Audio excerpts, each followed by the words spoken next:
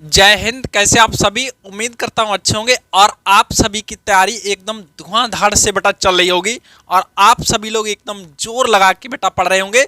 तो आज के वीडियो में हम लोग सीखेंगे बेटा ट्रांसफार्मर क्या होता है। इसमें बेटा हम लोग ट्रांसफार्मर पॉइंट टू पॉइंट बात करेंगे। इसमें हम लोग समझेंगे कि ट्रांसफार्मर क्या है। उसके बाद हम लोग इसके प्रकार, रचना, कार्यविधि और इसमें जो आंकिक प्रश्न के लिए हमारा फार्मूला निकलेगा उसे भी हम लोग यहाँ पे सीखेंगे। बाद में हम लोग बेटा समझेंगे कि ये परिणमन अनुपात क्या है, ये क्या है, इसके बारे में भी हम लोग यहाँ पे समझेंगे। तो यहाँ पर बेटा हम लोग बहुत आराम से समझेंगे कि ट्रांसफार्मर क्या होता है, ये किस सिद्धांत पे काम करता है। देखिए बेटा जो ट्रांसफार्मर है ये अन्योन्य प्रेरण के सिद्धांत पे काम करता है। अब अच्छा आप सोचेंगे कि ये अन्योन्य प्रेरण क्या होता है। देखिए बेटा जब हम पास पास रखी, आपकी जानकारी के लिए बताएं कि जब पास पास दो कुंडलियां रखते हैं तो एक कुंडली में अगर हम धारा के प्रवाहित हो रही धारा के मान में क्या करते हैं, परिवर्तन करते हैं, तो दूसरी कुंडली में स्वतः ही एक प्रेरित धारा उत्पन्न हो जाती है और इसी को बोलते हैं हम लोग बेटा अन्योन्य प्रेरण। तो शॉर्टकट में हम लोग यहाँ पे समझ सकते हैं कि जब पास पास रखी दो कुंडलियों में से एक कुंडली में प्रवाहित हो रही धारा में क्या करते हैं बेटा, परिवर्तन करते हैं, तो दूसरी कुंडली में स्वतः ही एक प्रेरित धारा उत्पन्न हो जाती है। इस घटना को बोलते हैं हम लोग अन्योन्य प्रेरण। हालांकि अन्योन्य प्रेरण पे बेटा आपको एक डिटेल में वीडियो मिल जाएगा। यहाँ पर आप इतना सिर्फ समझिए कि जो ट्रांसफार्मर है वो अन्योन्य प्रेरण के सिद्धांत पे काम करता है, ठीक है ना। तो अगर आपसे पूछता है बेटा कि ट्रांसफार्मर किस सिद्धांत पे काम करता है, तो ट्रांसफार्मर अन्योन्य प्रेरण के सिद्धांत पे काम करता है, ठीक है ना। देखिए बेटा अब ये अन्योन्य प्रेरण के सिद्धांत पे तो इसने काम कर दिया। अच्छा अब ये काम करता क्या है, तो ट्रांसफार्मर का बेटा मुख्य काम ये रहता है कि ये जो प्रत्यावर्ती धारा है इसके विभव को परिवर्तित करता है, बदलता है, मतलब बढ़ा भी देता है और घटा भी देता है। जब बढ़ा देगा तो वो दूसरा ट्रांसफार्मर होगा, जब घटा देगा तो वो दूसरा होगा। कौन सा क्या होगा अभी हम लोग यहाँ पे समझेंगे। आप सिर्फ इतना समझेंगे कि बेटा कि जो ट्रांसफार्मर है ये अन्योन्य प्रेरण के सिद्धांत पे काम करता है और इसका उपयोग जो है वो कहाँ किया जाता है, प्रत्यावर्ती धारा के वोल्टेज को परिवर्तित करने में। आई होप आप इतना समझ गए होंगे। तो आप यहाँ पे बेटा आसान शब्दों में लिख सकते हैं कि ट्रांसफार्मर एक ऐसी युक्ति है जो अन्योन्य प्रेरण के सिद्धांत पे काम करती है। यानी कि ट्रांसफार्मर एक ऐसी युक्ति है जो अन्योन्य प्रेरण के सिद्धांत पे काम करता है, ठीक है। और इसका उपयोग प्रत्यावर्ती धारा के विभव को परिवर्तित करने में किया जाता है। इतना तो हो जाएगा। अब देखिए बेटा ये जो ट्रांसफार्मर है ये दो प्रकार का होता है। एक होता है स्टेप अप और दूसरा स्टेप डाउन। मतलब यहाँ पे ऊंचाई ट्रांसफार्मर और कौन सा बेटा, अपचाई ट्रांसफार्मर। तो अपचाई ट्रांसफार्मर ऊंचाई ट्रांसफार्मर को दोनों को हम लोग यहाँ पे समझ लेते हैं क्या। तो थोड़ा समझिए यहाँ पे बेटा जो हमारे ट्रांसफार्मर के प्रकार होते हैं, ये पहला होता है हमारा बेटा अपचाई ट्रांसफार्मर। क्या होता है, अपचाई ट्रांसफार्मर, ठीक है ना। और दूसरा होता है ऊंचाई ट्रांसफार्मर। दूसरा क्या होता है, ऊंचाई ट्रांसफार्मर। अभी ये हम लोग डिटेल में इन्हें समझते हैं। तो पहले हम लोग समझते हैं अपचाई ट्रांसफार्मर को। किसे समझते हैं बेटा, अपचाई ट्रांसफार्मर, अपचाई ट्रांसफार्मर, ठीक है ना। तो यहाँ ध्यान दीजिए बेटा जो अपचाई ट्रांसफार्मर है इसका काम क्या है। देखिए बेटा ये विभव को कम करेगा, ये विभव को क्या करेगा बेटा, कम करेगा और धारा को ये बेटा बढ़ाएगा। विभव को कम करेगा और धारा को प्रबल बनाएगा। तो यानी कि ये बेटा उच्च विभव की दुर्बल धारा को निम्न विभव की प्रबल धारा में बदल देता। अभी हम लोग यहाँ पे बेटा समझेंगे, नोट भी करेंगे। अच्छा इसका बिल्कुल उल्टा रहता। अभी हमें यहाँ पे समझते हैं, पहले इसका नोट कर लेते हैं। इसने क्या किया है, उच्च विभव की दुर्बल धारा को निम्न विभव की प्रबल धारा में बदल दिया। यानी कि विभव को निम्न कर दिया और धारा को प्रबल कर दिया, ठीक है ना। तो ये चीज़ हम बेटा यहाँ पे नोट कर देते हैं, ठीक है। तो अभी हम क्या हमने आपको बताया है, अभी हम लोग सारी चीज़ें यहाँ पे बेटा लिखते हैं एक एक पॉइंट करके। अभी तभी देखिए बेटा बात आप समझ पाएंगे, ठीक है ना। नहीं तो आप यहाँ पे कन्फ्यूज हो जाएंगे, ठीक है ना बेटा। तो कन्फ्यूज होना गलत है। तो यहाँ पे समझते हैं हम लोग इसने क्या किया है। इसने बेटा जो किया है कि जो हमारी उच्च विभव था, क्या था बेटा, उच्च विभव था उसे क्या कर दिया, निम्न विभव में बदल दिया, है ना। तो हम लिखते हैं यह है उच्च विभव की, उच्च विभव की धारा थी दुर्बल, क्या थी, दुर्बल। उच्च विभव की कौन सी धारा, दुर्बल प्रत्यावर्ती धारा, दुर्बल प्रत्यावर्ती धारा को, दुर्बल प्रत्यावर्ती धारा को बेटा क्या बनाया इसने, अभी हम लोग आपको समझाते हैं। धारा को निम्न विभव, निम्न विभव की प्रबल प्रत्यावर्ती धारा, प्रबल प्रत्यावर्ती धारा में क्या कर दिया इसने, बदल दिया, है ना बेटा। निम्न विभव की प्रबल प्रत्यावर्ती धारा में परिवर्तित कर देता है ना, क्या कर देता है बेटा, परिवर्तित कर देता है या बदल देता है, ठीक है, परिवर्तित कर देता है। इतना आप यहाँ पे समझिए बेटा। तो इसने क्या किया, ये उच्च विभव की दुर्बल प्रत्यावर्ती धारा को निम्न विभव की प्रबल प्रत्यावर्ती धारा में बदल देता है, ठीक है ना। देखिए बेटा अब समझिए यहाँ पे जो इसके जो हमारी यहाँ पे लगी रहती है एक प्राथमिक कुंडली, यहाँ होती है द्वितीय कुंडली। तो इस वाले ट्रांसफार्मर के लिए क्या होता है बेटा, इसमें जो प्राथमिक कुंडली होती है इसमें फेरों की संख्या अधिक होती है और जो दूसरी कुंडली होती है इसमें फेरों की संख्या कम होती है। इस पे आप चित्र पे अभी बेटा ध्यान ना दें, ठीक है, अब हम बोल रहे हैं उस पर समझिए। तो यहाँ पर मतलब ये समझिए जो प्राथमिक कुंडली यहाँ जो लगी रहेगी उसमें फेरों की संख्या अधिक होगी और पतले तार होंगे, तांबे कैसे होंगे, पतले तार होंगे।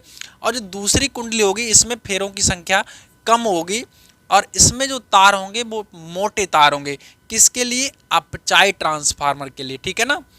तो ये जो बना आपको दिख रहा है ये ऊंचाई ट्रांसफार्मर दिख रहा है, तो इसका उल्टा यहाँ पे लिखना पड़ेगा।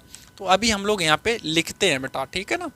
तो क्या है, इसमें क्या होता है बेटा, इसमें प्राथमिक कुंडली, प्राथमिक कुंडली में मोटे यानी कि अधिक होते हैं, प्राथमिक कुंडली में तार इसके कैसे होंगे, अधिक होंगे, तो पतले होंगे, वो जो अधिक होंगे तार वो कैसे होंगे, पतले होंगे। प्राथमिक कुंडली में पतले तार के अधिक फेरे होते हैं, पतले तार के कैसे होते हैं बेटा, अधिक फेरे होते हैं, तार के अधिक फेरे होते हैं। तथा द्वितीय कुंडली में, तथा जो दूसरी कुंडली होगी बेटा उसमें क्या होगा, उसमें मोटे तार के कम फेर होंगे, तथा दूसरी कुंडली में मोटे तार के कम फेरे होते हैं, कम फेरे होते हैं। इतना यहाँ पे बेटा आप समझिए, ठीक है ना। क्या हुआ इसका, यानी कि यह उच्च विभव को उच्च विभव की दुर्बल प्रत्यावर्ती धारा को निम्न विभव की प्रबल प्रत्यावर्ती धारा में परिवर्तित कर देता है।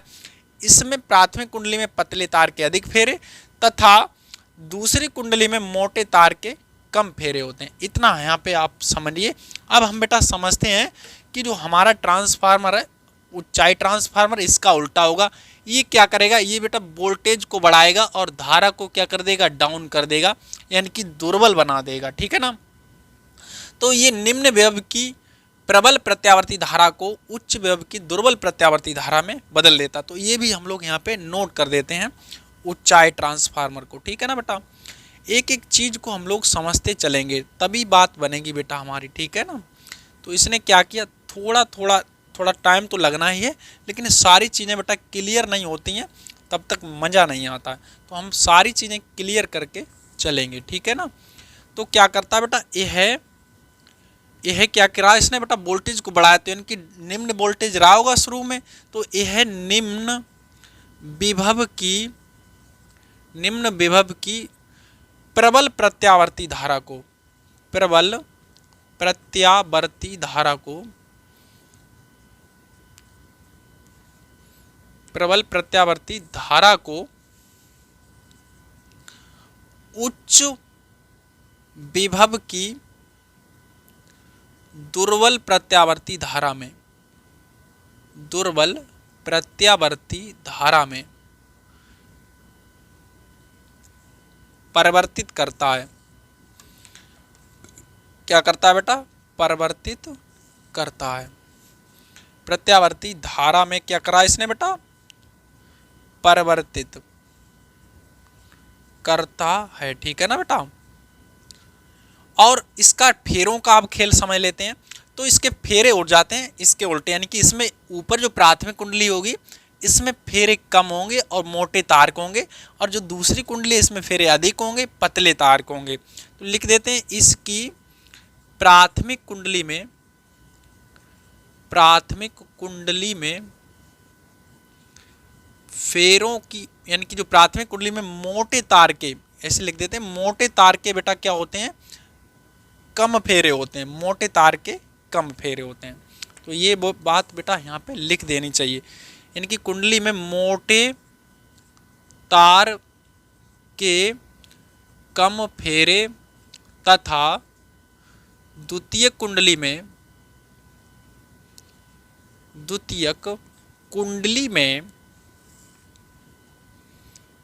में पतले तार के अधिक फेरे होते हैं, पतले तार के अधिक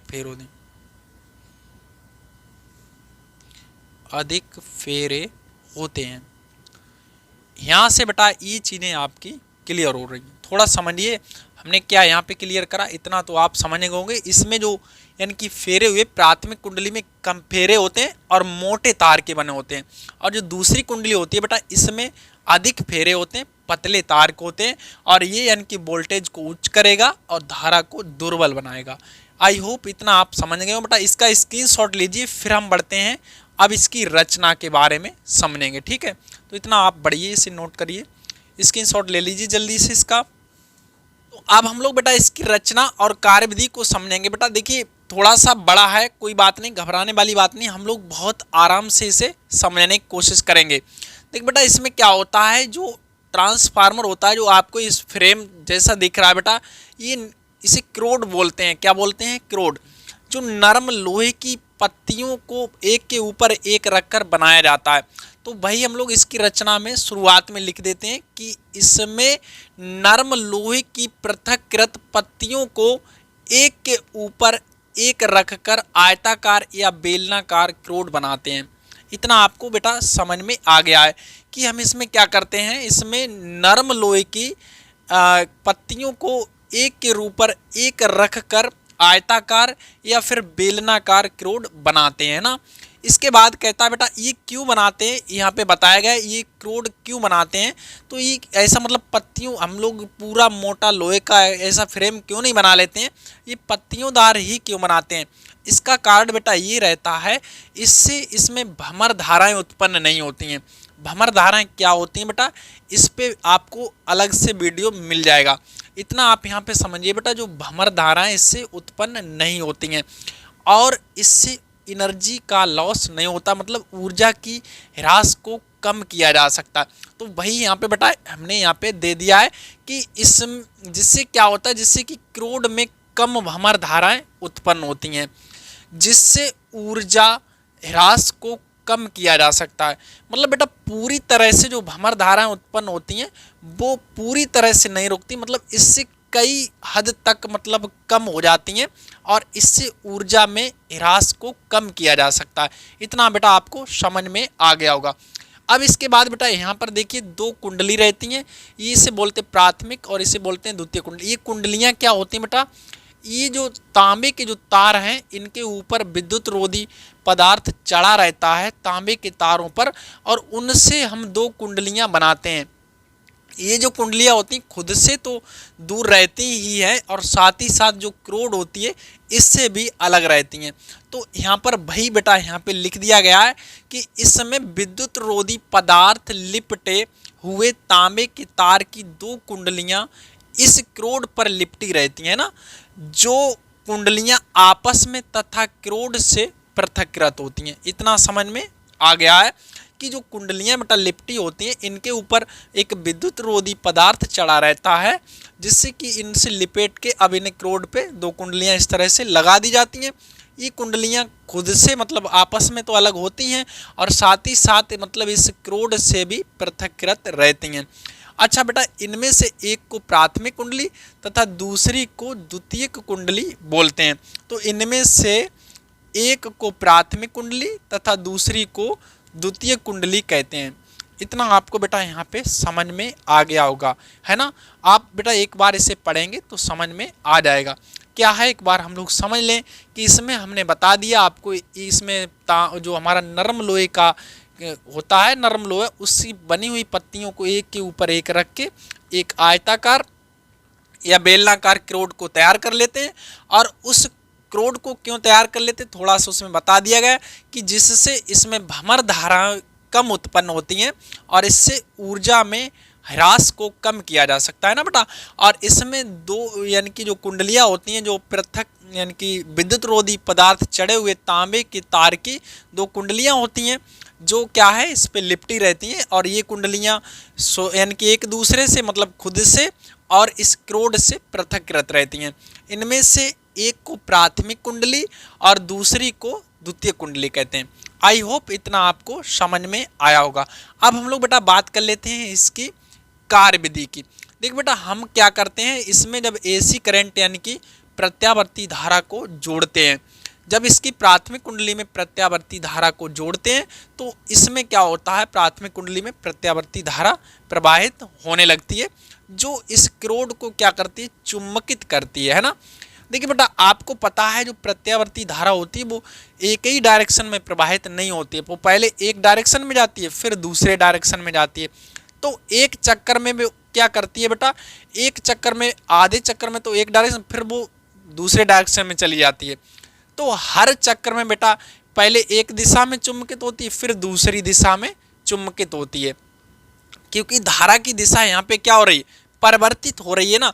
तो वही यहाँ पे बोला गया है कि जब ट्रांसफार्मर की प्राथमिक कुंडली को प्रत्यावर्ती धारा स्रोत से जोड़ते हैं तो इसमें क्या होता है, प्रत्यावर्ती धारा प्रवाहित होने लगती है जो लौह क्रोड को चुंबकित करती है।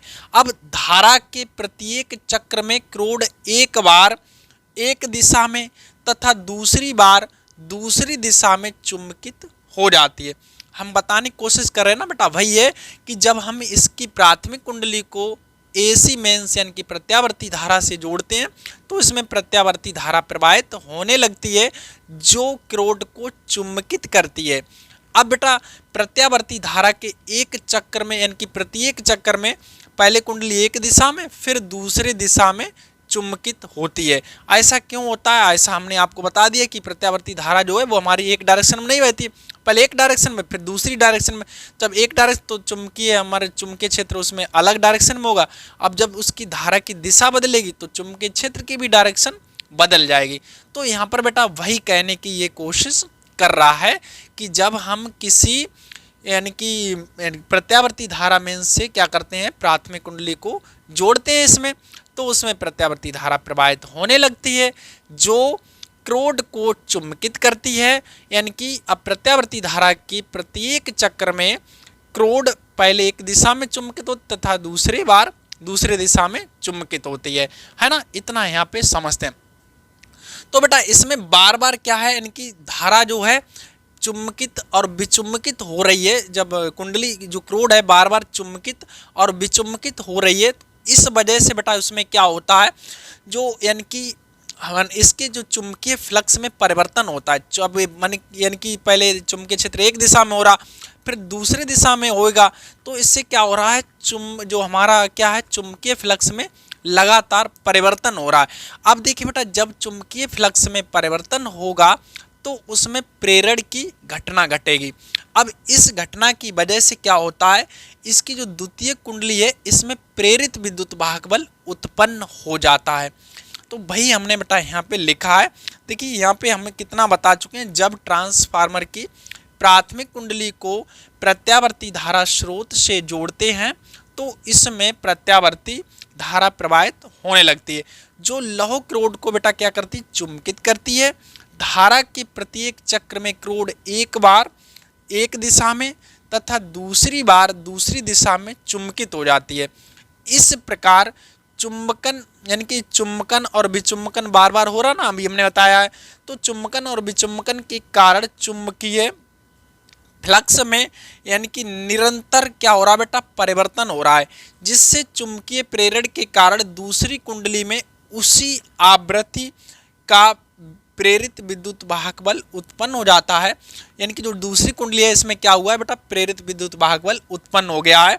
इसका मान दोनों कुंडलियों की फेरों की संख्या के अनुपात पर निर्भर करता है। आई होप बेटा इतना आपको यहाँ पे समझ में आया होगा। तो बहुत ही प्यार से आप बेटा इसे एक दो बार पढ़ेंगे तो आपके समझ में आ जाएगा। आई होप इतना आप कर सकते हैं ना, थोड़ा सा मेहनत बेटा आप करेंगे। तो अब हम थोड़ा सा बढ़ते हैं आगे, ठीक है। इसका बेटा आप स्क्रीनशॉट ले लें, ठीक है।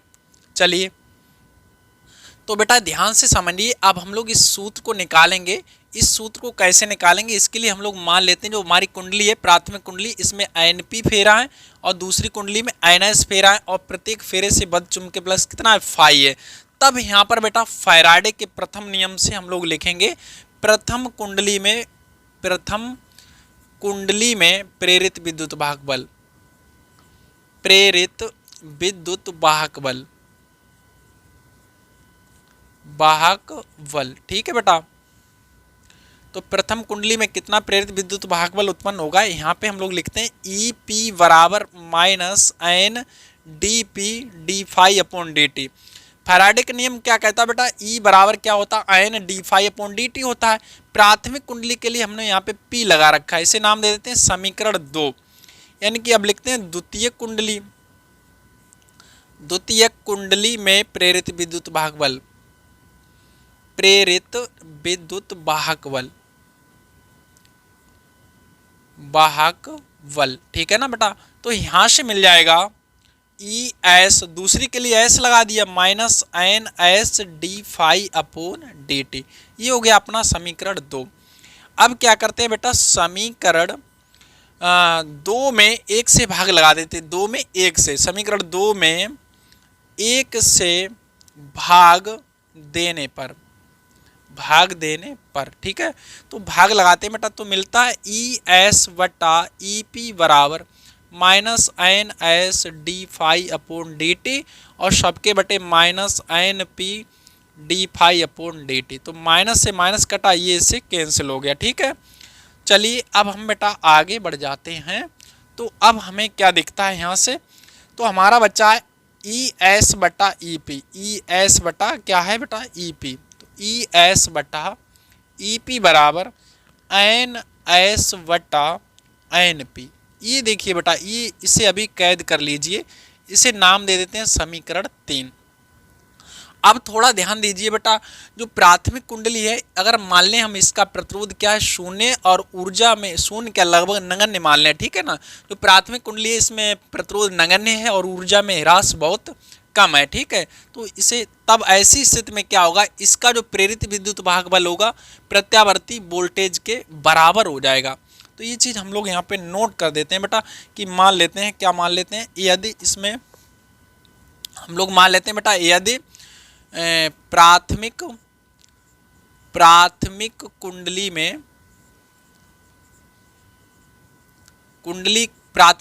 का प्रतिरोध नगण्य है। कैसा बेटा, प्रतिरोध नगण्य है, ठीक है, तथा ऊर्जा में ह्रास बहुत कम है, तब बेटा क्या होगा, तब जो इसका प्रेरित विद्युत वाहक बल है प्रत्यावर्ती वोल्टेज के बराबर हो जाएगा। तो EP बराबर हो जाएगा BP के। और दूसरी बात यह कि जो बेटा कुंडली है ये खुले परिपथ की है, ये कैसी है, खुले परिपथ की है। तो दूसरी कुंडली, यदि द्वितीय कुंडली खुले परिपथ की है, कैसी है, खुले परिपथ की है, तब ऐसी स्थिति में बेटा क्या होगा, तो इसका जो प्रेरित विद्युत वाहक बल ES है BS के बराबर हो जाएगा।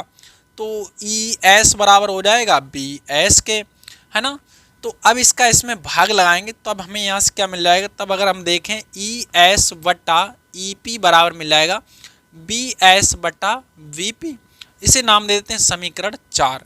अब देखो बेटा समीकरण 3 और 4 से क्या देखने को मिल रहा है, ये इसके बराबर है और ये इसके भी बराबर है, तो ये भी इसमें शामिल हो जाएगा। देखिए बेटा आप समझ लीजिए, इसका मान ये है और इसी का मान ये भी है, तो ये भी हम लोग इसके बराबर रख सकते हैं ना।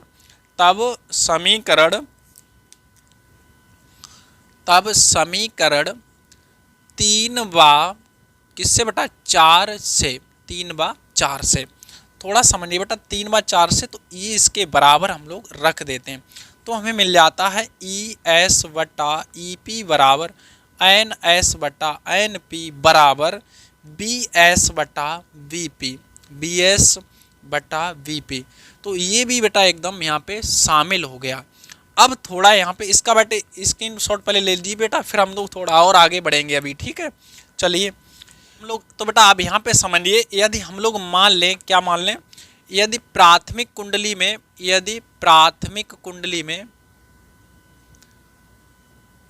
में प्रवाहित धारा जो है वो कितनी है, आई एस है। प्राथमिक कुंडली में धारा आई पी है, प्राथमिक कुंडली में धारा कितनी है, आई पी, प्राथमिक के लिए बेटा पी लगेगा, ठीक है। प्राथमिक कुंडली में धारा आई पी है तथा द्वितीय कुंडली में प्रवाहित धारा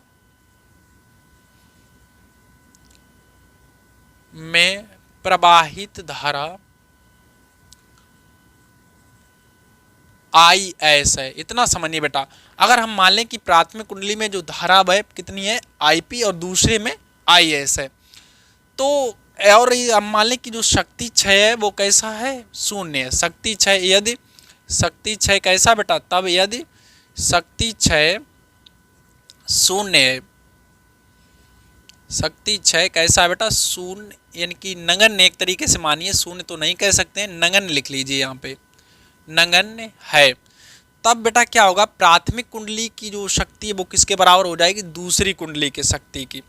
तब प्राथमिक कुंडली की शक्ति है वो किसके बराबर हो जाएगी, तब प्राथमिक कुंडली की शक्ति बराबर किसके हो जाएगी, दूसरी कुंडली, यानी कि द्वितीय कुंडली की शक्ति, ठीक है, कुंडली की शक्ति। इतना यहाँ पे बेटा समझिए। तो शक्ति बराबर सूत्र क्या होता है, P बराबर बेटा क्या होता है, P बराबर बी आई होता है ना। तो शक्ति, प्राथमिक कुंडली की शक्ति, मतलब यहाँ से देख लेते हैं, P यानी कि प्राथमिक कुंडली की शक्ति P बराबर बी आई है। आप थोड़ा डायरेक्ट यहाँ पे करिए, तो प्राथमिक कुंडली के लिए हमारा P लग जाएगा BP इंटू आई पी, और दूसरी कुंडली के लिए S लग जाएगा, तो VS इंटू आई एस। इतना समझिए बेटा, ठीक है ना।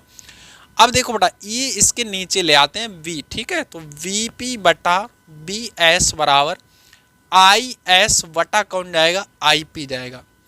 अब इन्हें पलट दीजिए, इन्हें क्या कर दीजिए बेटा, पलट, तो यानी कि VS बटे BP बराबर ऊपर जाएगा तो IP बटा IS, है ना। तो ये बेटा समझिए, अब यहाँ पे BS बटा BP पर मान क्या है, IP बटा IS, तो इसके बराबर क्या आ जाएगा, IP बटा IS। तो यहाँ पे आ जाएगा बेटा IP बटा IS। तो ये हमारा बेटा फार्मूला निकल के आएगा, मुख्य फार्मूला। इस फार्मूले में बेटा ध्यान से अगर देखा जाए तो बाकी के सब S ऊपर हैं, केवल धारा की प्राथमिक, तो धारा उल्टा है, जहाँ पे ये P है वहाँ उसका S है, ठीक है ना बेटा। तो देखिए वोल्टेज, फेरों की संख्या और विद्युत वाहक बल, प्रेरित विद्युत वाहक बल जो है, ये सभी क्या हैं, अपने एक जैसे हैं, लेकिन धारा पलट के हुई। तो मतलब इसका जब हम लोग आंकिक प्रश्न लगाएंगे अगले वीडियो में, तो इतना ध्यान रखना पड़ेगा। और बेटा इसी को बोलते हैं परिणमन अनुपात। ये किसके बराबर होता है, R के बराबर होता है। इसी को जो पूरा जो निकल के आया, यही हमारा परिणमन अनुपात होता है, इसी को R बोलते हैं। और देखिए बेटा, जो परिणमन अनुपात होता है, ऊंचाई ट्रांसफार्मर के लिए इसका जो वैल्यू होता है वो 1 से कैसा होगा, बड़ा होगा, 1 से बड़ा होगा ऊंचाई ट्रांसफार्मर के लिए, ठीक है। और अपचाई ट्रांसफार्मर के लिए 1 से छोटा होता है, अपचाई ट्रांसफार्मर के लिए 1 से छोटा। इतना भी आपको बेटा ये भी ध्यान रखना, कभी कभी आपसे पूछ दिया जाता है कि जो परिणमन अनुपात है इसका मान ऊंचाई ट्रांसफार्मर के लिए 1 से बड़ा और अपचाई ट्रांसफार्मर के लिए 1 से छोटा हो जाए। सीधी सी बात है बेटा, अगर आर का मान यहाँ से निकालते हैं NS बटा NP। अब देखिए जो हमारा ऊंचाई ट्रांसफार्मर होगा उसमें फिर द्वितीय कुंडली में फेरों की संख्या अधिक होगी, प्राथमिक कुंडली में फेरों की संख्या कम होगी। जब अधिक वैल्यू में कम से भाग लगाएंगे तो 1 से बड़ा आएगा, और फिर अपचाई के लिए इसका उल्टा। आप समझ सकते हैं ना बेटा यहाँ पे, तो आप इस चीज़ को भी ध्यान रखना थोड़ा। अभी हम लोग यहाँ पे बेटा समझते हैं, क्या समझते हैं, प्यारा सा फार्मूला होता है बेटा, वो हमारा होता है ट्रांसफार्मर की दक्षता। ट्रांसफार्मर की दक्षता उसे भी देख लेते हैं। दक्षता यहाँ पे होता है बेटा, ये जो होता है वो क्या होती है, इनकी निर्गत शक्ति बटा निवेशी शक्ति।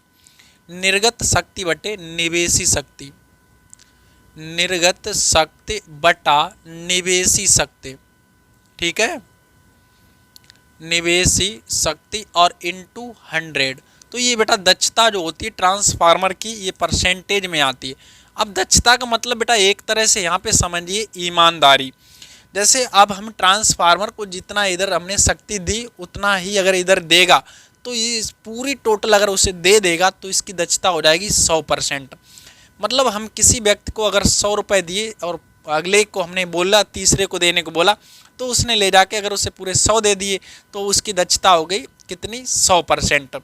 और अगर उसने मान लिया हमने 100 दिए तो उसने क्या करा, 10 खर्च कर लिए, मतलब उसे 90 दिए जाके, तो उसकी जो दक्षता हुई वो 90% हुई। समझ में आया। तो वैसे ट्रांसफार्मर की प्राथमिक कुंडली को हमने जितना दिया उतनी अगर वो वापस हमें निर्गत शक्ति में यहाँ पे देगा, मतलब दूसरी कुंडली से जो हमें शक्ति प्राप्त होगी उतनी ही मिलेगी, तो इसकी दक्षता होगी 100%। और अगर इसने मान लिया हमने 100% जो दी उसका 90% दिया हमें, तो इसकी दक्षता होगी 90%। 80 दिया हमें तो होगी 80%। तो बेटा जानकारी के लिए हम बात आपको बता दें कि ऐसा ट्रांसफार्मर जिसकी दक्षता 100% होती है उसे कहते हैं हम लोग आदर्श ट्रांसफार्मर। क्या कहते हैं, आदर्श ट्रांसफार्मर। तो जो आदर्श ट्रांसफार्मर होता है उसकी दक्षता होती है 100%। आदर्श ट्रांसफार्मर की दक्षता कितनी होगी, 100% होगी, ठीक बेटा। तो उसकी होती है 100% दक्षता। लेकिन कोई भी ट्रांसफार्मर अगर देखा जाए व्यवहार में तो आदर्श ट्रांसफार्मर हम लोग बना ही नहीं सकते हैं। क्यों बेटा, क्योंकि उसमें देखिए कहीं ना कहीं भ्रमर धाराएं उत्पन्न होंगी, ठीक है। अब भ्रमर धाराएं उत्पन्न होंगी और कहीं ना कहीं इसमें देखिए बेटा प्रतिरोध भी होगा तार में, तो ऊर्जा का यहाँ से ह्रास तो होना पक्का तय है। अब देखिए बेटा जब ऊर्जा का ह्रास होगा तो उसकी दक्षता पूरा जितना इसे पावर मिलेगी उतना तो निर्गत नहीं कर पाएगा, कुछ ना कुछ तो उसमें लॉस हो जाएगा। अब जब कुछ ना कुछ लॉस हो जाएगा तो मतलब उसकी दक्षता उतनी बेटा वहाँ पे कम हो गई। तो आई होप बेटा आपको यहाँ तक चीज़ें समझ में आई होंगी, और अगर समझ में आई तो वीडियो को लाइक करिए, प्यारा सा बेटा इसमें कमेंट करिए और वीडियो को दोस्तों में शेयर करिए। बेटा इस तरह से वीडियो हम आपके लिए अपलोड करते हैं, और इस तरह के वीडियो देखने के लिए अपने चैनल को सब्सक्राइब करिए। और चलिए मिलते हैं हम लोग अगले वीडियो में, तब तक के लिए अपना ख्याल रखिए। जय हिंद।